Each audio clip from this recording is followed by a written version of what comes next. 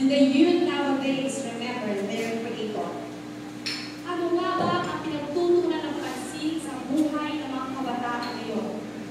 Let's face the reality that these days, youths with their young years are encountering these scenes and scenarios. Ating pong tunghayan ang palabas ng handa ng Blaze Youth Ministry. What do youth focuses in their life and how would youth overcome some worldly doings?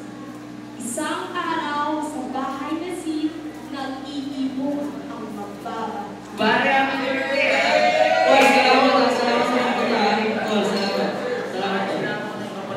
Uy, salamat sa mga puntahan. Yes, you're the man. Yes, total birthday ko yan.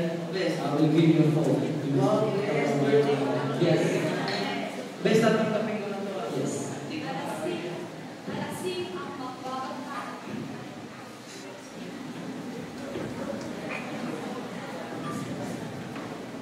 Gising, bro. Bro, umaga na. Sabi. Uy, sige, nakatawa. Sige, salamat sa mga. Sige,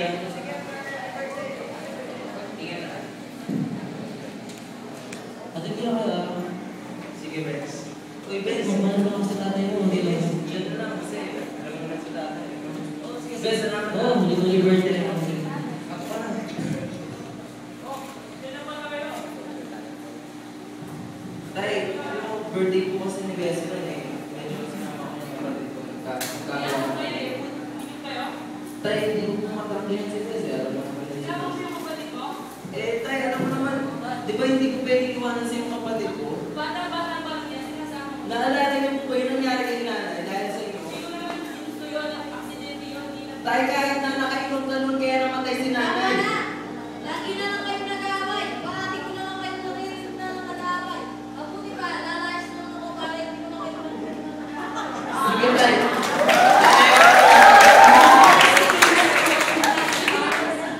Sinubukan niyang tumawag at pumunto, subalit sa sobrang kalasingan, tuluyan na lamang siyang nakatulog. Sa bahay na kausap ang kanyang mga kagulang. Birthday ko ako na gusto ko sana lumabas ko na ako mga pamilya.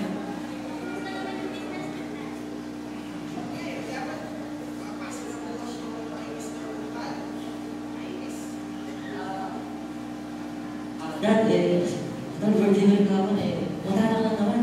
Lumabas ko tayo.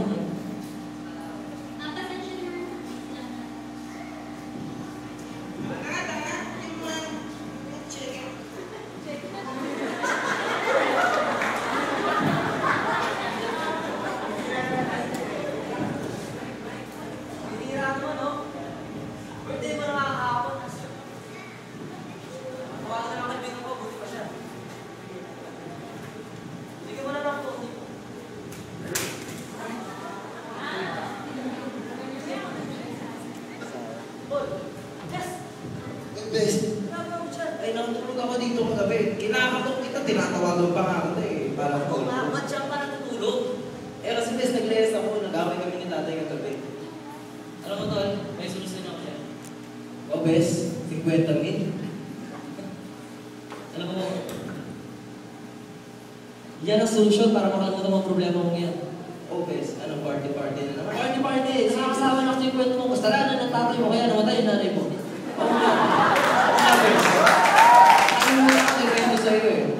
Wala, tatawagin. Hello! Hello, pare! Hey! Parts namin mamaya, pwede ka? Pare, no problem! Okay, kita lang ang kaibigan na, okay? Sige, pare! Sure!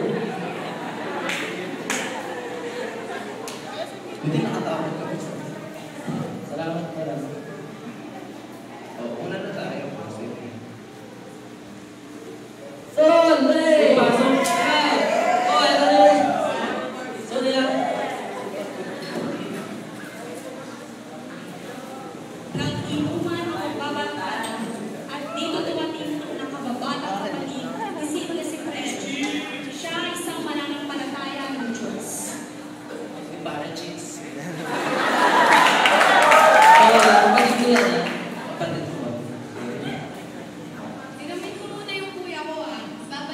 lang, kausapin ko lang to.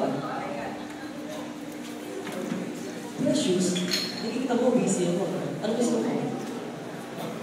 I-invite sana kita bukas na mag-attend sa church. Sa church! Precious, ilang ulit ko ba sasabihin sa'yo? Hindi ko kailangan ng Diyos. Kaya ko mabuhay sa Kuya, ng Diyos. sinasabi mo lang yan kasi hindi mo pa kilala ang Diyos. May ginagawa ko, no? Precious. Ayos na, as na. Kung gusto mo umalis na yung nanay at tatay, kung gusto mo ng pera, eto, okay? Hindi ko kailangan ng pera, kuya. Ako sa'yo. Igisingin ka na ng maaga bukas. Wala akong pera. Tol, natin mo yun. Naglasing uli ang magbabarkada hanggang sila ay nakatulog. Kinamagahan, pinuntahan sila ng babae kapatid ni Sid na si Precious upang imbitahang magsimba. Ising, kuya, Sandy na ngayon, tara na, magkatid na tayo. Dali. Tol, gising nga kayo dyan. Gising. Atin ko lang to, ah. O, tignan mo ito.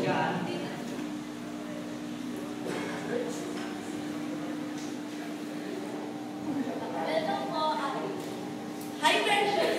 Sino siya? Siya yung kuya ko, yung palagi kong kinukwento sa inyo. Siya yun. Precious rin. Narisan ko dyan. Precious, sabi ko, atin lang kita. Wala akong sinabi mo sa church Sabi ko, ako. mag-church tayo, mag-a-attend tayo, kuya. Natutulog ako, kinising mo ako. Wala kang pakialam sa akin eh. Concern ako sa'yo, kaya ako ginawa yun, kuya. Hindi mo ba Concern? naiintindihan? Parang gawan nanay at tatay. Hindi, kuya, mahal kita, kaya ako ginagawa sa'yo Hindi mo ako mahal. May ginagawa ako, kayo naman, wala kayong oras sa akin. Iwan na lang kita dyan. Kuya,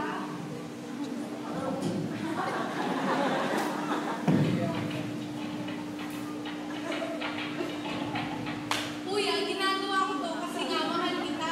Mahal ka na rin. Kuya, kuya, kilala mo na bang sarili mo?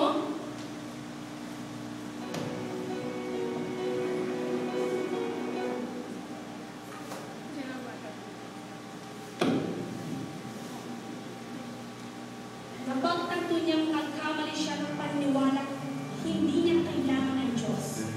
Bagamat nasilap siya sa yaman, barkada, at bisyo, siya pa rin ay tumanggap at naniwala kay Jesus. At ito ang araw ng pagtanggap niya kay Jesus bilang kanyang Diyos at tagapagligtas.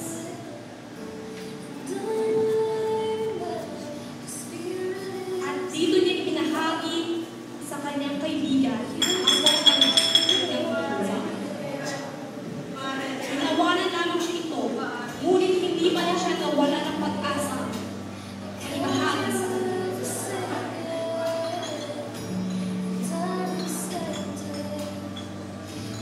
Ngunit tumanggap at naniwala din ang kanyang kaibigan.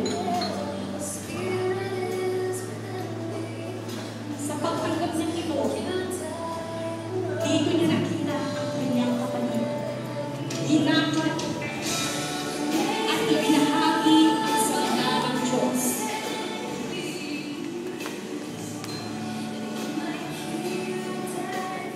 Sa pag-uwi sa kanila,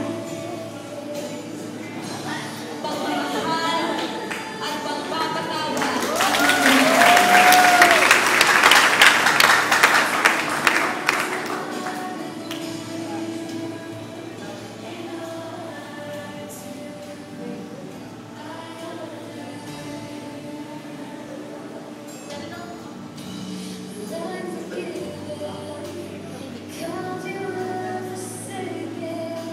Precious.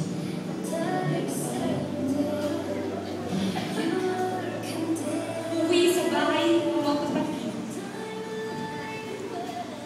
at ibinahagi ang salita ng Diyos. Dito na nakita ang pagmamahal ng Diyos sa atin.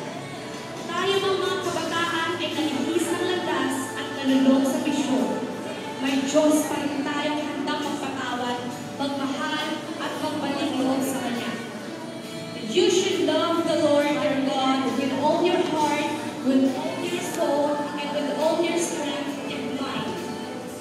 love of God is amazing.